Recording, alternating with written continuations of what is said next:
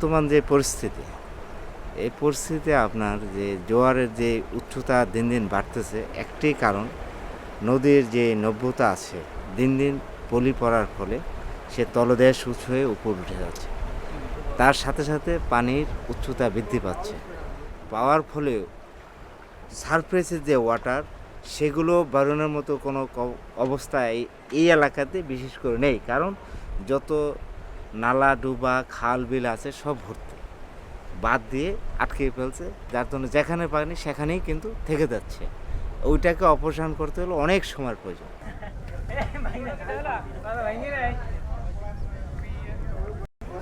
আর এখন যে পরিস্থিতি হয়েছে এই এলাকাতে প্রত্যেক বছর প্রত্যেক ব্রিজে এবং আপনার স্লুইস গেটে বাঁধে প্রত্যেক বছরের কাজ করা হচ্ছে। কারণ নদী এমন অবস্থা হয়েছে ডে বাই ডে তার গতি পরিবর্তন করছে এবং ডে বাই ডে সে চ্যানেল তৈরি করে। কোন দিক দিয়ে ধরেন কোথাও ইমাউন্টের সাথে দিয়ে সে চ্যানেল করে চলে যাচ্ছে, তখন সে আস্তে আস্তে ধসে যাচ্ছে, গর্ত হচ্ছে, ভ্যাকুয়াম হচ্ছে, খালি জায়গার মধ্যে মাটি চলে যাচ্ছে, ইমাউন্ট ভিতরে ধসে যাচ্ছে। এই পরিস্থিতিতে আমার মনে হয় যে প্রত্যেক বছর এই বিশেষ করে সাতক্ষীরা, আশাশুনি, কয়রা এই তিনটে উপজেলায় প্রত্যেক শ্যামনগর দরকার নেই, সাতক্ষীরা, কয়রা, আশাশুনি এই তিনটা উপজেলা প্রত্যেক বছর যদি মানুষকে পানির থেকে যদি বাঁচাতে হয় আর কি, তাহলে আপনাকে প্রত্যেক বছর হয় প্রটেক্টিভ ওয়ার্ক, নাহলে মাটির কাজ, নাহলে সুইচ গেটের কাজ, মানে প্রত্যেক বছরেই এগুলাকে আপনার রেগুলারলি মেনটেন করে যেতে।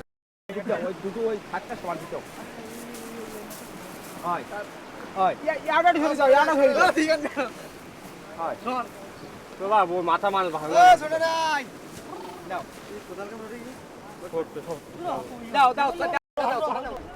এটা সিম্পলি ব্যাপার, পানির উচ্চতা বাড়বেই, তাকে প্রোটেকশন দেওয়ার ব্যবস্থা করতে হবে।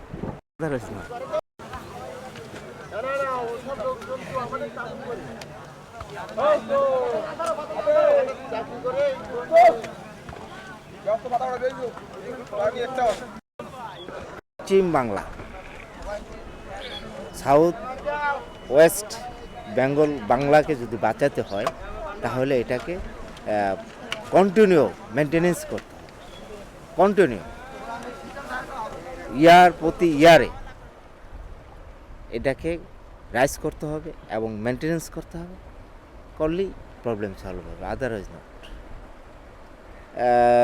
নিরাপদ এরিয়ায় যদি আপনার যে সাগর যে শুনানি হয়েছে আর কি, সেটা যদি যেহেতু পত্রপত্রিকা পড়ছে এবং তার প্রতিক্রিয়া আস্তে আস্তে ডে বাই ডে চেঞ্জ হচ্ছে, সেটা যদি রিয়েলি হয়ে থাকে তাহলে তাদেরকে অদূর ভবিষ্যৎ এখানে থাকা কষ্টকর হয়ে যাবে।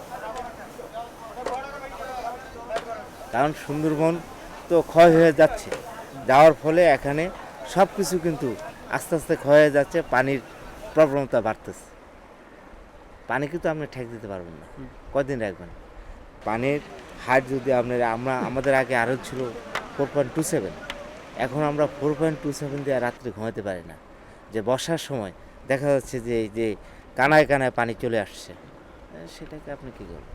এখন বাঁধের উচ্চতা আবার রাইজ করতে হবে,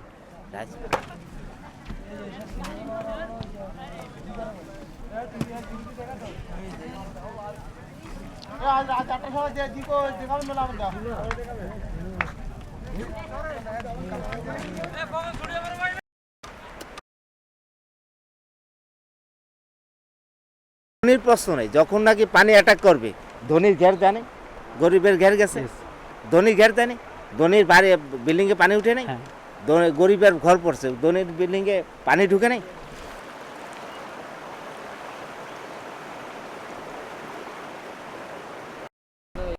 থার্টি 40 হাইয়েস্ট 50 ইয়ার্স, এটাকে আপনি মোহন সাহেব ঠেকাতে পারবেন?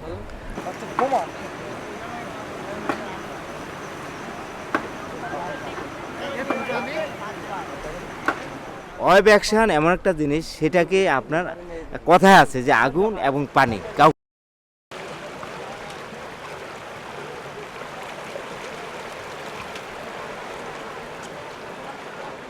আমার সোনার ময়না পাখি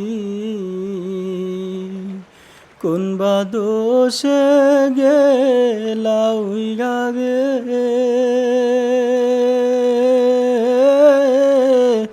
দিয়া মোরে ফাঁকি রে আমার সোনার ময়না পাখি